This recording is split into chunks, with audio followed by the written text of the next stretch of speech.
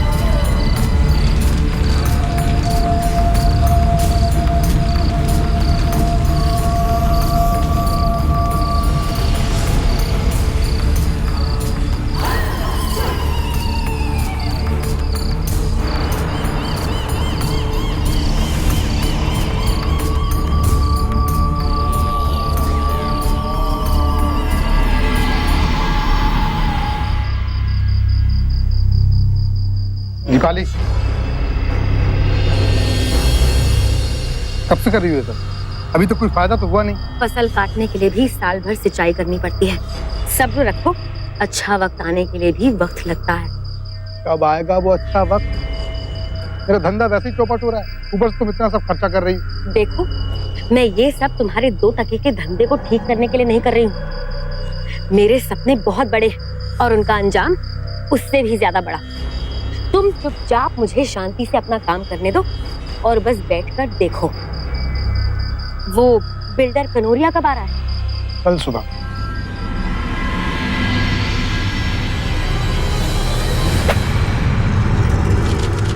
तो डील पक्की? हाँ जी, बिल्कुल पक्की। दीपाली रुको। कनोरिया जी, हम भी चाहते हैं कि ये डील जल्द से जल्द हो जाए, पर जब तक माँ हाँ नहीं करती तब तक हम ये एडवांस नहीं ले सकते। आप इनकी बातों को रहने दीजिए, माँ जी को मैं मना लूंगी। किस बात पे मुझे मनाने की बात हो रही है? माँ, कनोरिया जी कह रहे हैं कि अभी मार्केट बहुत अच्छा चल रहा है और यही सही वक्त है हमारा घर बेचने का। इसके बदले में हमें 2 फ्लैट और कुछ पैसे भी मिलेंगे। तो माफ कीजिएगा कनौरिया जी, जब तक मैं जिंदा हूं मैं अपना घर नहीं बेचूंगी। मेरे पति चाहते थे कि ये घर बेटा और बेटी दोनों में बांटा जाए। माना कि हमें पैसे की बहुत तंगी है, लेकिन मैं ये घर नहीं बेचूं। जो आपको तकलीफ हुई उसके लिए माफी चाहती हूँ। आप जा सकते हैं।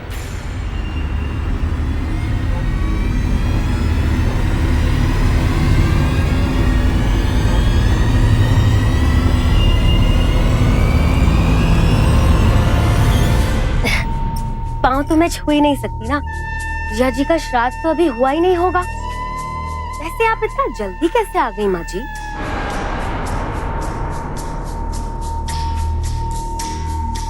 तुम दोनों मेरे साथ बाहर आओ।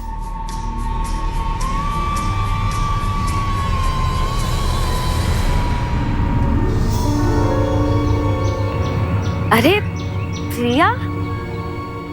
हाँ बहू,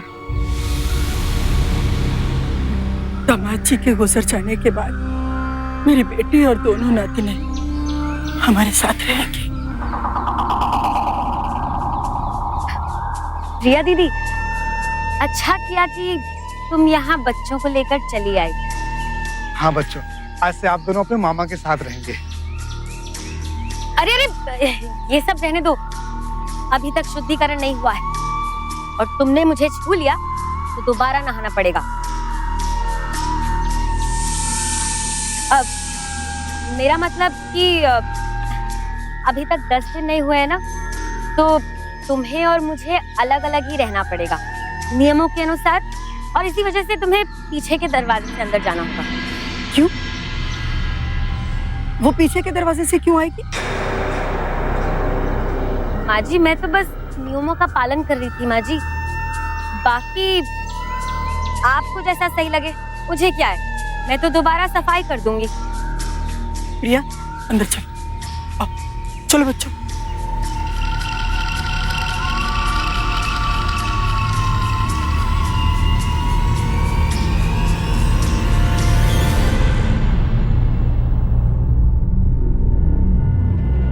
अरे अरे उसको मत छूना, अभी शुद्धिकरण नहीं हुआ है। बहू कैसी बातें कर रही हो? अरे बच्ची है वो, बच्चों पे शुद्धिकरण के नियम लागू नहीं होते। बच्चों में तो भगवान बसते हैं। सॉरी माँ जी, वो मुझे लगा कि खैर जाने दो।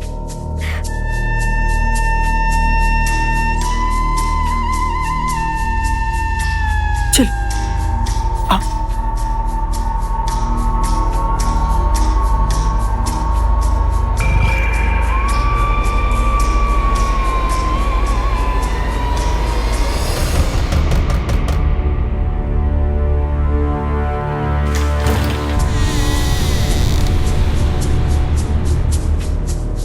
ये लो प्रिया,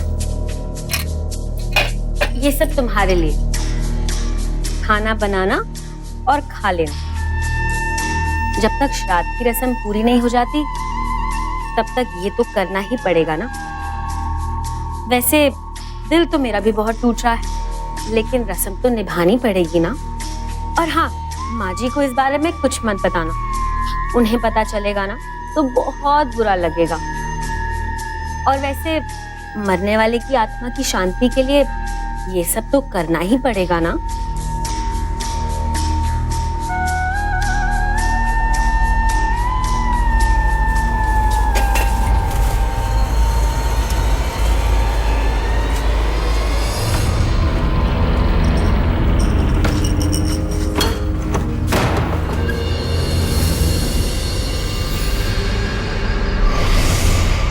नीतू नहीं बेटा थोड़ा सा खा लो, थोड़ा सा।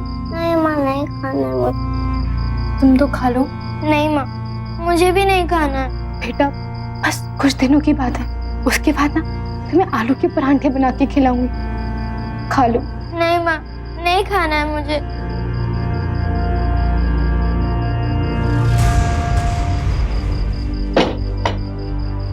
ये बच्चे का है? उन्हें अभी यहाँ रहने की आदत नहीं है ना, प्रिया दीदी के कमरे में हूँ, मैं खाना वहीं रखाई थी।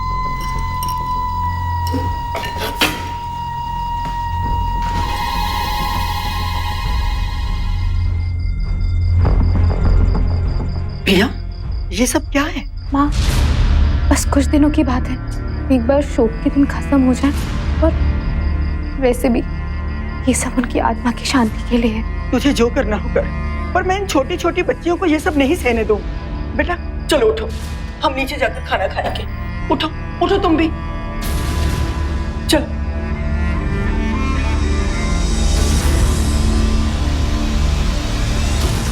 चलो बेटा बैठो, आराम से। प्लेट सीधी करो, खाना डालते। क्या बात है, खाना नहीं खा रही? नहीं, मुझे भूख नहीं है।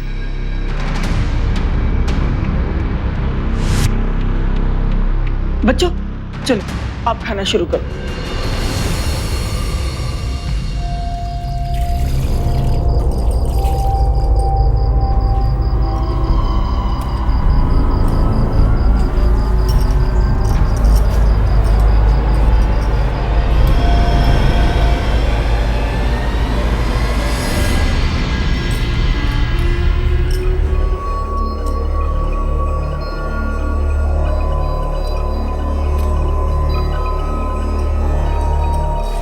क्या बात है, इस वक्त ये क्या कर रही? आज नींद जल्दी खुल गई क्या? नींद तो तुम्हारी माँ ने उड़ा रखी है। जब से तुम्हारी बहन आई है ना इस घर में, मेरा सारा काम बढ़ गया है। धीरे बोलो, हाँ सुन लेगी। और मैं कैसे देखती रहूं? जब तक इस घर की शुद्धि नहीं करूंगी ना, मैं पूजा भी नहीं कर सकती। सुनो, तुम्हारे इन अनुष्ठानों से ना मुझे ज्यादा परेशानी होती है, और मैं कह रहा हूँ इन सबसे ज्यादा कुछ होना जाना नहीं है। देख लेना, मेरे इन्हीं अनुष्ठानों की वजह से एक दिन इस घर में पैसों की बारिश होगी। पैसों की बारिश होगी? हाँ?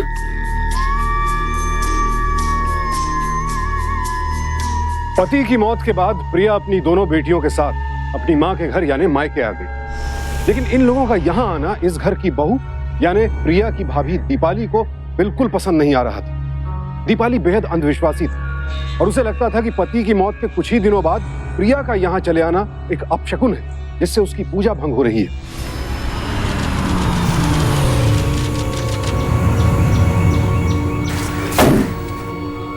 हाँ जी, क्या चाहिए? 9/36 यही है?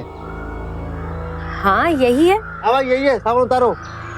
अरे लेकिन हमने कोई सामान उमान नहीं मंगवाया, आप इसे वापस ले जाइए। आपको शायद कोई गलतफहमी हुई है, गलत पता मिला है। नहीं, एड्रेस तो 9/36 यही है। ये सामान मैंने मंगवाया, प्रिया का सामान है। जब उसे रहना यहाँ है तो सामान भी यहीं आएगा ना। भैया गाड़ी थोड़ी आगे ले लो, सामान भंडारे में रखवा।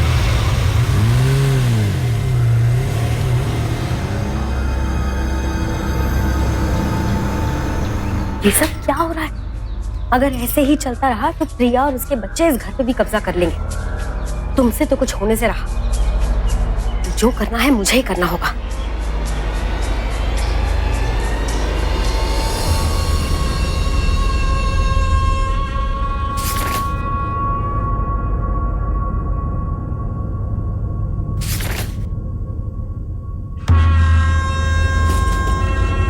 तुम पागल हो गई हो क्या? घर खर्च के लिए पैसा देता हूँ, उसमें से तुम ये काले जादू की किताबें खरीद लाती हो और अनुष्ठान का सामान, ये सब तुम बंद क्यों नहीं कर देती? तुम्हें जरा भी अंदाजा है कि ये किताबें हमें क्या दे सकती हैं? कुछ नहीं दे सकती, सिर्फ टेंशन दे सकती हैं और झूठा दिलासा। मिल गया जो मैं खोज रही थी। भानु, अब हमें अमीर होने से कोई नहीं रोक सकता। कोई भी नहीं। प्रिया के पति का श्राद्ध कब है?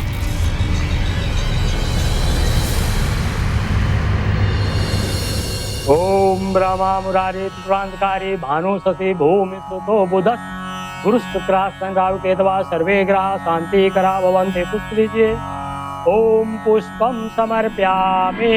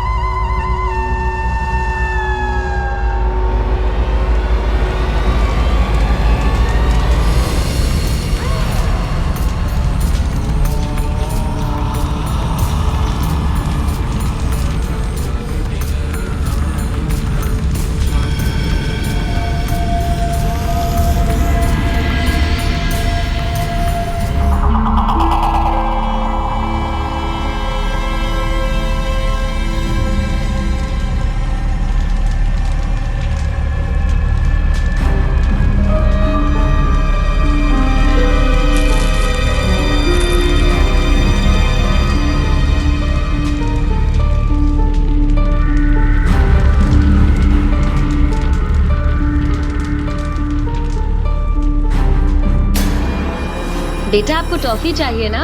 चलो मेरे साथ, मेरे पास बहुत सारी टॉफियां हैं।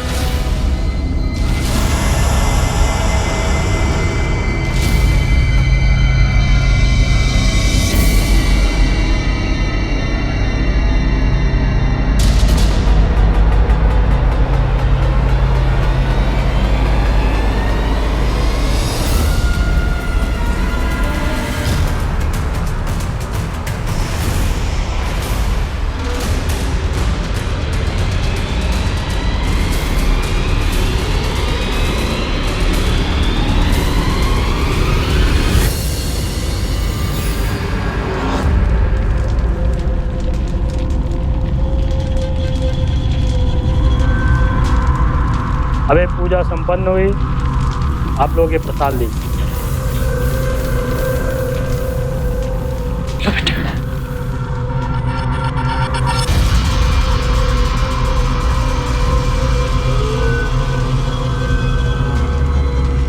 नीतू कहाँ गई? नीतू? नीतू कहाँ गई? नीतू? कमरे में देखते हैं। हाँ। हे भगवान, कहाँ चली गई ये लड़की? माँ, अंदर तो नहीं है माँ नीतू कमरे में नहीं है, हाँ वो रसोई में भी नहीं है। कहाँ चली गई ये लड़की? मुझे लगता है कहीं बाहर तो नहीं है। चलिए बाहर देखते हैं। चल बाहर देखते हैं। हे भगवान, नीतू, नीतू, आप इधर देखिए। नीतू बेटा, नीतू, नीतू, नीतू बेटा कहाँ है तू? नीतू कहाँ चली? माँ जी, हाँ? हमें लगता है कि कहीं वो सड़क की ओर ना निकल गई हो। आइए चलिए देखते हैं। हाँ चल, सड़क पे देखते हैं। सड़क पे आजा। नीतू, नीतू, नीतू बेटा, बेटा, हे भगवान, कहाँ गई ये लड़की? नीतू, नीतू, और ये तो यहाँ भी नहीं है। हे भगवान, कहाँ से ढूंढे इस लड़की को? लड़की 5 साल की है। आप लोगों के पास उसकी कोई तस्वीर? जी हाँ, दे बेटा। जी।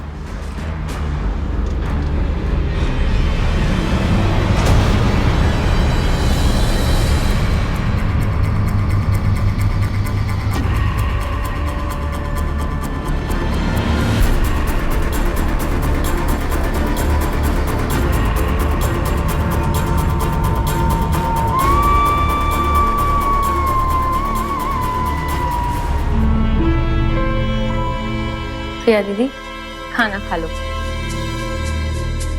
तुमने सुबह से कुछ नहीं खाया। नीतू मिल जाएगी।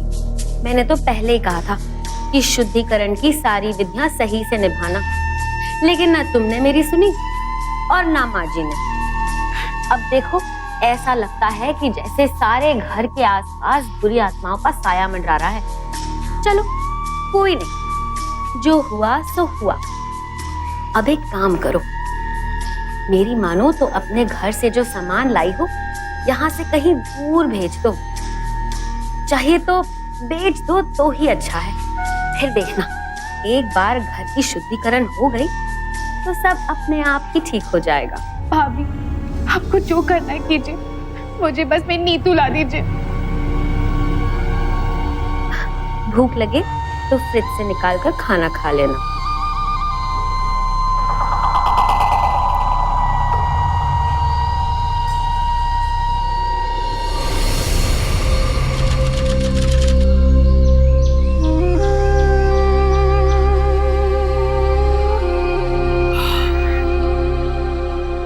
कुछ समझ में नहीं आता, नीतू अचानक कहाँ चली गई?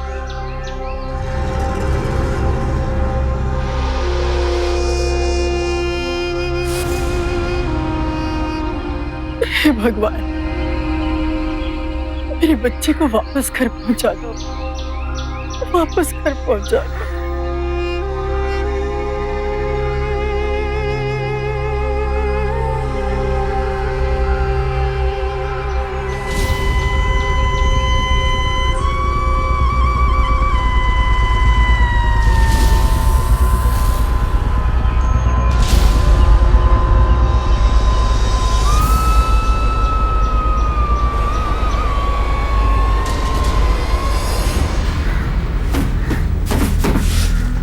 अरे ऐसे क्या देख रहे हो भैया? मैम साहब, अब देखना पड़ता है ना कि कहीं आपके फर्नीचर में दीमक वमक तो नहीं है। अरे फर्नीचर में कोई दीमक नहीं लगी है। बहुत मजबूत फर्नीचर है, इतना मजबूत कि 20 साल तक कहीं नहीं जाने वाला। वो तो हमारी मजबूरी है जो बेचना पड़ रहा है। वैसे अच्छे पैसे दोगे ना तो ही बेचूंगी। अच्छा, मैं देख लेता हूँ। ये क्या है? इधर लाओ तो।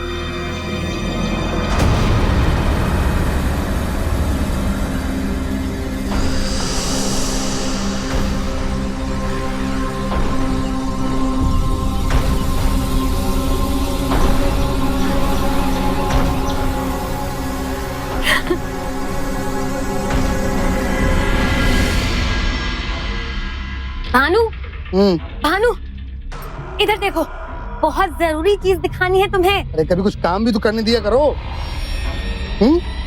देखो, इससे ज्यादा जरूरी चीज कोई और हो ही नहीं सकती। देखो,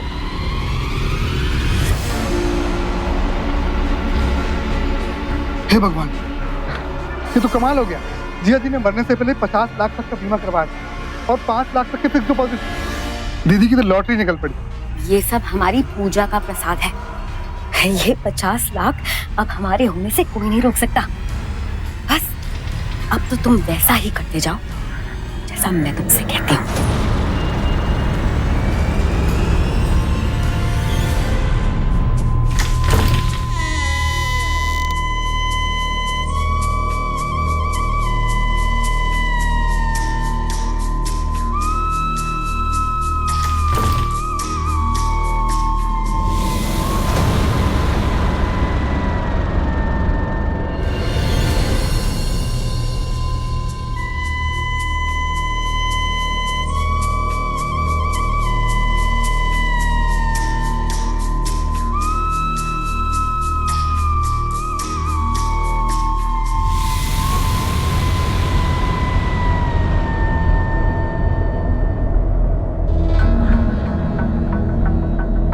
नीतू के लिए मन्नत मांगने के लिए मंदिर गई थी। लीजिए, प्रसाद ले लीजिए।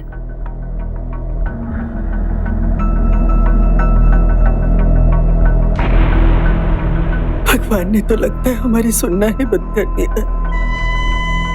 पता नहीं किस हाल में होगी मेरी नीतू। भगवान पे विश्वास रखिए माँ जी, उसके हर कदम के पीछे कोई ना कोई बात जरूर होती है। आप प्रसाद खा लीजिए।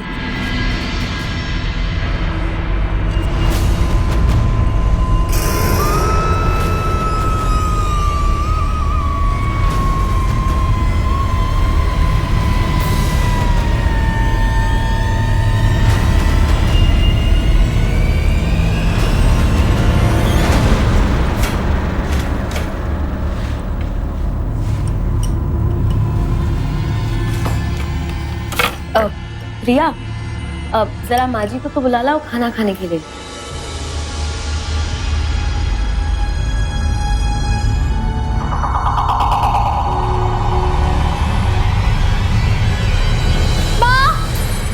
भैया भाभी, देखिए ना माँ को क्या हो गया। माँ उठिए। क्या हुआ?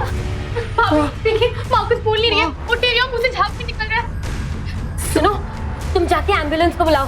हाँ। माँ,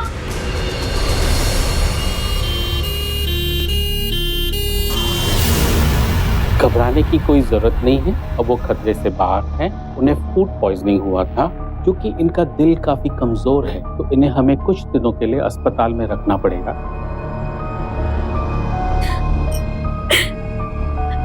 ये हमारे परिवार के साथ क्या हो रहा है, समझ में नहीं आ रहा। करूँ तो क्या करूँ?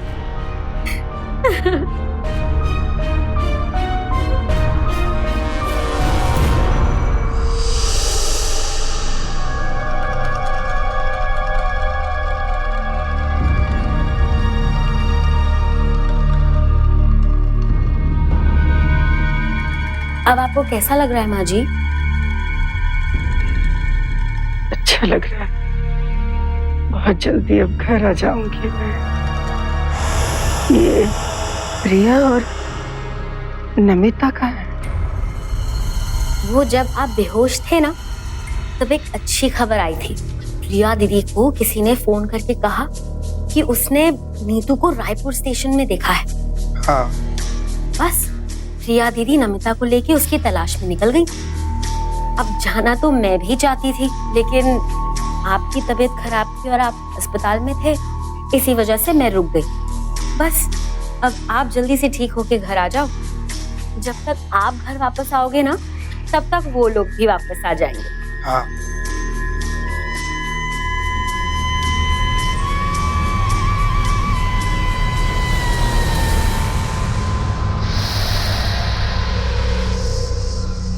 ओम नमः शिवाय, ओम नमः शिवाय, ओम नमः शिवाय।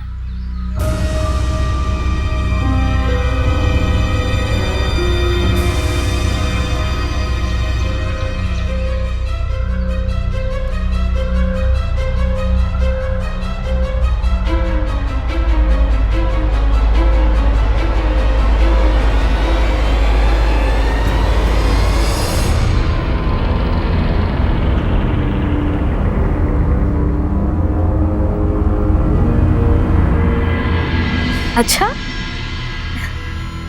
भगवान का लाख लाख शुक्र है तुम कब आ रही हो। बहुत अच्छा, तो फिर तुम जल्दी से उसे लेकर यहाँ आ जाओ। माँ जी को भी बेसब्री से उसका इंतजार है। प्रिया का फोन है ना, ला मुझे दे, मैं भी बात करती हूँ। हेलो प्रिया। हेलो माँ जी, मुझे लगता है फोन कट गया। वैसे एक खुशखबरी है, नीतू मिल गई है और प्रिया दीदी उसे लेकर यहाँ पर जल्दी आने वाली है। भगवान का लाख लाख शुक्र है। मैं तो 4 धाम की यात्रा करूंगी, बस मेरे बच्चे सही सलामत वापस लौट आए।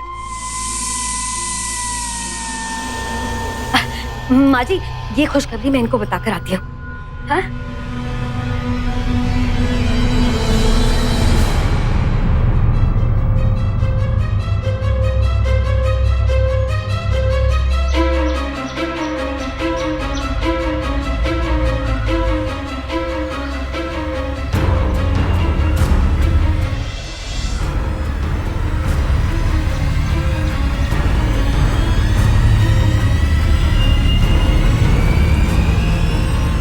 माँ जी, रजिस्ट्री आई, ये लीजिए, यहाँ साइन कर दीजिए। जी।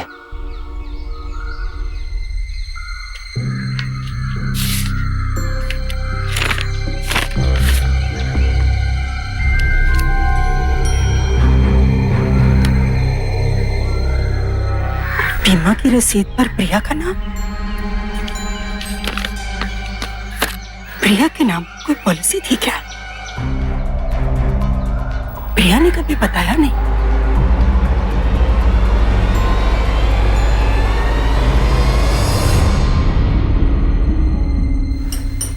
बहू, एक बात तो बता, ये प्रिया को किसने बताया कि उसने नीतू को रायपुर सिटी में देखा? वो मैं तो रसोई में थी ना माँ जी, और एकदम से प्रिया दीदी मेरी ओर भागती हुई चली आई। कहने लगी कि पुलिस स्टेशन के बाहर किसी आदमी से मिली थी। उस आदमी ने बताया कि नीतू को रायपुर स्टेशन के बाहर पाया गया है, और उस आदमी ने फिर पुलिस स्टेशन से प्रिया दीदी का नंबर लिया, उस पे फोन किया और प्रिया दीदी को जाना पड़ा। अच्छा, वो आदमी कौन था? तुम्हारे पास उसका नंबर है? नंबर तो नहीं लिया ना मैंने माँ जी। अब ये खुशखबरी सुन के मैं इतनी खुश हो गई कि दिमाग से ही निकल गया। और प्रिया दीदी भी इतनी तेजी से सामान पैक करके नमिता को साथ में लेके चली गई। कह रही थी कि वहां जाना बहुत जरूरी है और जल्दी ही वापस लौट आएंगी। पर प्रिया आजकल रह कहाँ रही है? मुझे उससे बात करनी है। ला नंबर दे। अब नंबर तो मैंने लिया ही नहीं ना माँ जी। वैसे आप चिंता मत करो, प्रिया दीदी वापस आ जाएंगी। वैसे आज आप इतने सारे सवाल क्यों कर रहे हो? कुछ नहीं बहू, बस ऐसे ही मन बहुत बेचैन हो रहा है उससे बात करने के लिए।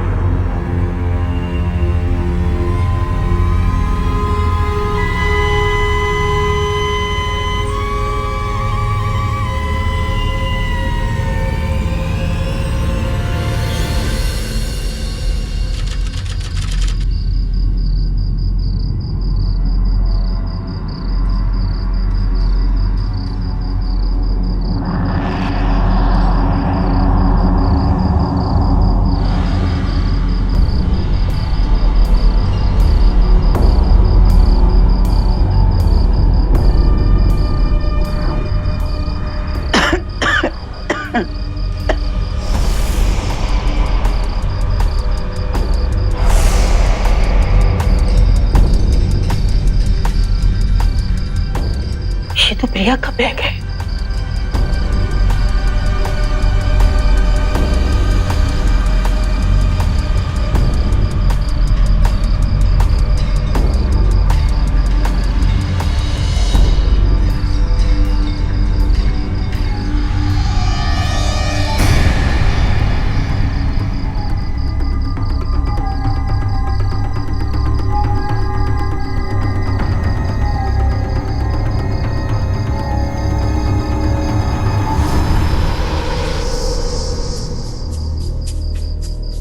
सब ठीक हो जाएगा ना? सब ठीक हो जाएगा नहीं मानू, सब ठीक हो गया है। ये सब मेरे उन अनुष्ठान का कमाल है जिसे तुम बकवास समझते थे। अब मिल गया ना हमें 50 लाख का क्लेम। माँ को तो पता नहीं चलेगा ना? जब पुलिस को कुछ नहीं पता चला भानु, तो माँ को कैसे पता चलेगा?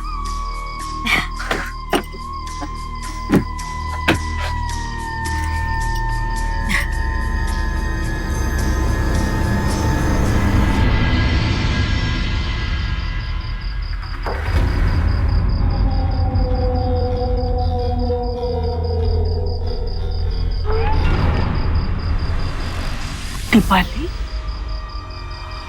ये इतनी रात का गार्डन में क्या कर रही है?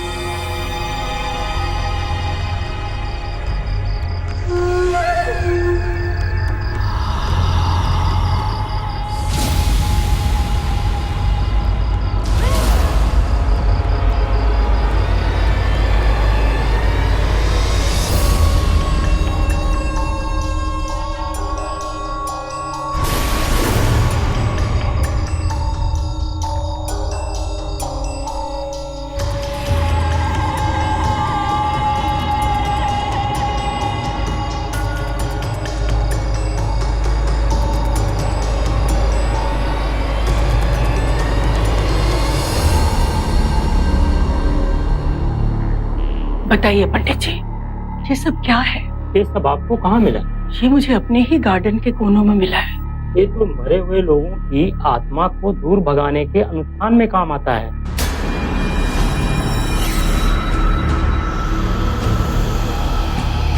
ये सामान उनका होगा जो बेमौत मर चुके होंगे और किसी ने उनकी आत्मा को दूर भगाने के लिए काले जादू का अनुष्ठान किया हुआ है।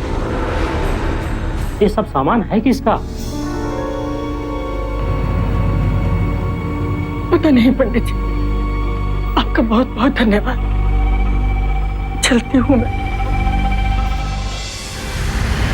लीजिए। चलिए, अच्छा किया जो आखिर आपने अपना मन बना ही लिया। अरे कनौरिया जी, आप यहाँ कैसे? इन्हें मैंने बुलाया।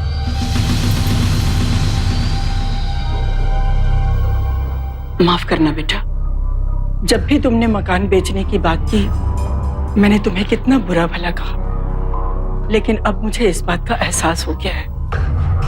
इंसान जायदाद संपत्ति किस लिए बनाता है? इसीलिए कि बुरे वक्त में हमारा सहारा बने। बेटा, अब प्रिया और अपनी दोनों नातिनों का बोझ मैं तुम पर नहीं डाल सकती। मैंने अभी अभी कागजात पर साइन कर दिए। अब कनौरिया जी यहाँ बिल्डिंग बनाएंगे। देखिए, जितना जल्दी हो सके मैं यहाँ काम शुरू कर दूं। हम यहाँ एक मल्टी स्टोरेज बिल्डिंग बनाएंगे। आप देखिएगा, कंस्ट्रक्शन के बाद आप ये जगह पहचान भी नहीं पाएंगे। नहीं, आप ऐसा नहीं कर सकते। क्यों? क्यों नहीं कर सकते? पहले तुम मकान बेचने के लिए मेरे पीछे पड़े रहते थे, आज क्या हो गया? नहीं माँ जी, ऐसा नहीं है। बस अब हमें इस बात का एहसास हो गया है कि आपके लिए ये घर कितना मायने रखता है। पर अब तो मैंने कागजात पर साइन कर दिए हैं। तो क्या फाड़ दो ना इन कागजातों को। अब मैं ये घर नहीं बेचना चाहता। देखिए, एक बार दोबारा सोच लीजिए और एक बात अच्छी तरह से जान लीजिए, कागजात पे साइन हो चुके हैं और ये डील मैं अपने हाथ से नहीं जाने दूंगा। आखिर बात क्या है? तुम दोनों को अचानक होके गया है? अब हम इस घर को नहीं बेचना चाहते, और वैसे भी ये हमारी पुश्तैनी जमीन है और पिताजी भी तो यही चाहते थे ना माँ। माँ, हमें रिश्तों की कदर करना चाहिए ना। अच्छा,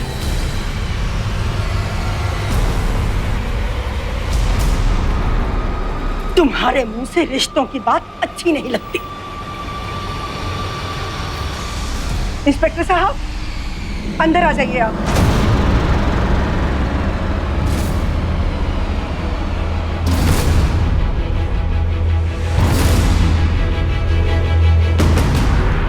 ये सब क्या है माँ जी? तुम्हारे बुरे कर्मों का नतीजा। इंस्पेक्टर साहब, मुझे पूरा यकीन है कि इन दोनों ने मिलकर मेरी बेटी प्रिया और दोनों नातिनों को मार डाला। नहीं, ये सब बकवास है। तो फिर प्रिया जी के बीमा पॉलिसी का फॉर्म तुम लोगों ने क्यों भरा है? क्योंकि ये दोनों उसे मार चुके हैं। तू काला जादू करेगी, लेकिन कुछ बातें तेरी काली बुद्धि में आने से रह गई हैं। इंस्पेक्टर साहब, मुझे तो तभी शक हो गया था जब मेरी प्रिया अचानक गायब हो गई और फिर मुझे उसके नाम की बीमा की रसीद मिली। जी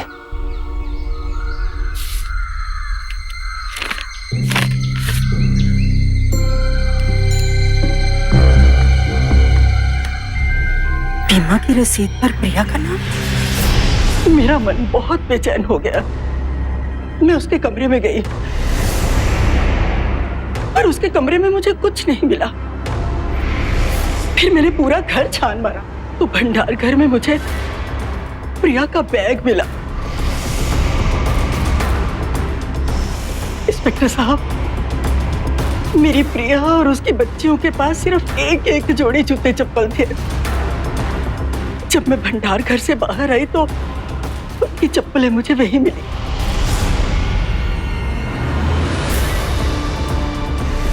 मेरी प्रिया अगर अपना सामान पैक कर कहीं बाहर गई तो उसका बैग यहाँ क्यों था? वो मेरा बैग लेके गई थी।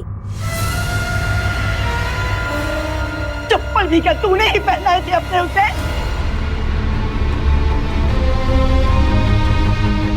इंस्पेक्टर साहब, मेरी बेटी के पास एक थैला नहीं था। अब आप सोचिए, जिसके पास एक पैसा तक नहीं है वो रायपुर तक कैसे चली गई? वहां जाकर उसने इतने दिन अपनी गुजर बसर कैसे की? मेरा शक यकीन में तब बदला जब मैं पंडित जी के पास गई और इसकी जादू वाली पुतलियां दिखाई उन्हें। मैं समझ गई कि इन्होंने मेरी प्रिया और उसकी बच्चियों को मार डाला। और उसके बाद मैं थाने में गई तो तब मुझे पता चला कि वहां पर किसी आदमी ने हमारे घर का नंबर लेकर प्रिया से बात नहीं की थी। इन दोनों ने जो भी किया मेरी बेटी की बीमा पॉलिसी हटाने के लिए किया इंस्पेक्टर साहब। इसीलिए उसको और उसकी बच्चियों को इन दोनों ने मार डाला। अब जब कनौरिया जी को मकान बेच रही हूँ तब ये दोनों घबरा रहे हैं, क्योंकि इन्हें पता है कि ये मकान गिराकर यहाँ पर बिल्डिंग खड़ी की जाएगी और जब इसकी खुदाई होगी तो लाशें यहीं पर मिलेगी। इंस्पेक्टर साहब, मेरी बात का यकीन कीजिए, आपको सभी सबूत हमारे गार्डन में मिलेंगे, क्योंकि हमारे गार्डन में वैसा कोई चबूतरा पहले नहीं था। जब मेरी नीतू गायब हुई उसके कुछ दिन बाद यहाँ पे इन्होंने सीमेंट का चबूतरा बनवाया था।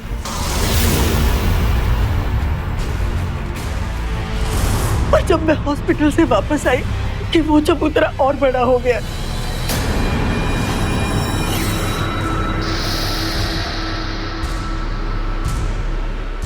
मैं खुदाई का बंदोबस्त करवाता हूँ।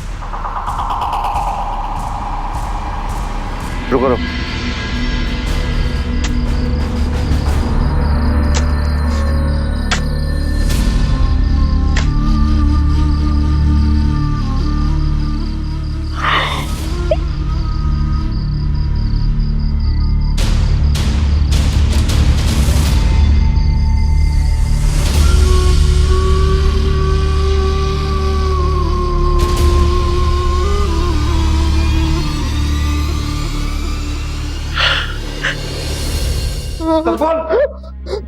बताता हूँ साहब, सब बताता हूँ।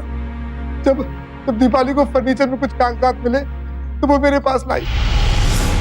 हमने देखा कि उसमें कुछ 50 लाख के इंश्योरेंस की रसीदें हैं। वो पैसे हमें तभी मिल सकते थे जब प्रिया और नमिता को हम मार दें। फिर दीपाली ने मुझे बताया कि ये उसके काले जादू का नतीजा है। नीतू की बलि देने के बाद अब 2 बलि और 50 लाख रुपए भी हमारे हाथ लग जाएंगे। इसीलिए साहब हमने सबसे पहले प्रसाद में जहर मिलाकर माँ को खिलाया ताकि वो बीमार हो जाए और हॉस्पिटल चली जाए और हम अपना काम आसानी से कर सके। साहब फिर हमने प्रिया से पावर ऑफ अटर्नी में साइन ले लिए साहब, ताकि इंश्योरेंस का सारा पैसा हमें आसानी से मिल सके साहब। उसके बाद हमने प्रिया और नमिता को मारा और वहीं दफना दिया।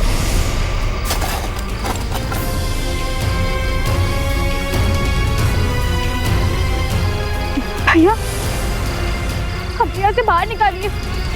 जो बाहर निकाला तो हम अंदर चले जाएंगे। ऐसा मत कहिए भैया, हमें यहाँ से बाहर निकालिए। बहुत शोर मचा रही है, इसे भी इसके पति के पास पहुंचा दो। भैया नहीं, नहीं भैया। साहब फिर हमने चबूतरे को सीमेंट से भर दिया, पर दीपाली को डर लग रहा था। उसे लग रहा था मरे हुए लोगों की आत्माओं से सताएगी, इसलिए उसने काले जादू का अनुष्ठान किया और माँ ने उसे देख लिया। साहब गलती हुई साहब।